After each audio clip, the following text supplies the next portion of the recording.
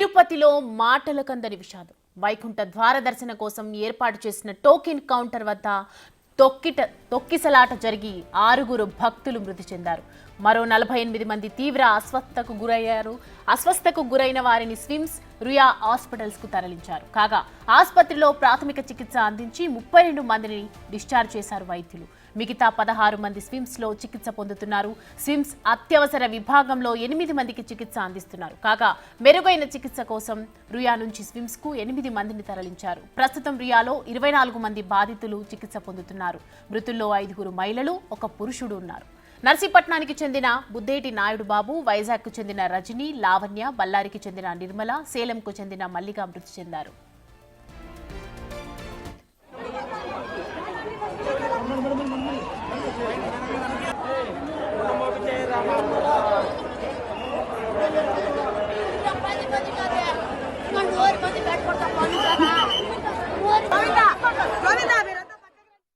ఒకళ్ళ మీద ఒకళ్ళు టాపులు అయిపోయి పడిపోయిన సందర్భంలో కింద ఎవరైతే ఉన్నారో వాళ్ళు చెస్ట్ కంప్రెషన్ గురై అంటే అన్కాన్షియస్ అక్కడికి వెళ్ళారు. And as soon as ambulance వచ్చి రుయాకి స్విమ్స్కి షిఫ్ట్ చేసినప్పుడు they were declared as broad dead.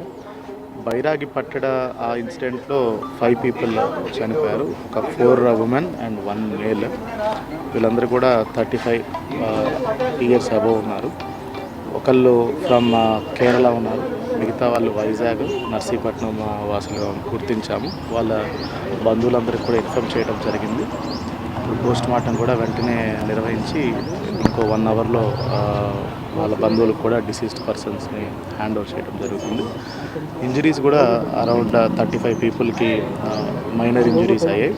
So వీళ్ళని నిన్న నైట్ స్విమ్స్ రుయాలో అడ్మిట్ చేసుకోవడం జరిగింది. అందరూ కూడా స్టేబుల్గా ఉన్నారు. చాలామంది కూడా డిశ్చార్జ్ అయిపోయారు. యాజ్ ఆఫ్ నౌ కూడా ఓన్లీ 12 పీపుల్ అడ్మిట్ అయి ఉన్నారు. మిగతా వాళ్ళందరూ వెరీ మైనర్ ఇంజరీస్ ఉంటూ వాళ్ళు ట్రీట్మెంట్ తీసుకొని దే గాట్ డిశ్చార్జ్డ్. సో ఇప్పుడు అందరూ కూడా స్విమ్స్లో ఈ 12 మంది కూడా స్విమ్స్లోనే యాజ్ ఆఫ్ నౌ ఉన్నారు. సో వాళ్ళందరూ కూడా స్టేబుల్గా ఉన్నారు. Within 2 days few people will be discharge. కొంతమందికి ఫ్రాక్చర్స్ ఉన్నాయి. కట్లు కట్టి వాళ్ళకి ట్రీట్మెంట్ ఇచ్చిన తర్వాత వాళ్ళు లక్షల మంది వస్తున్నారు. ముందుగానే తెలిసి భక్తులు ఎక్కువగా వస్తారనేసి అక్కడ తోపులాట్లు జరగడానికి పోలీసుల వైఫల్యం కనిపిస్తుంది. మరి ఎట్లా ముందుగా గెస్ట్ చేయలేక ఏమంటారు?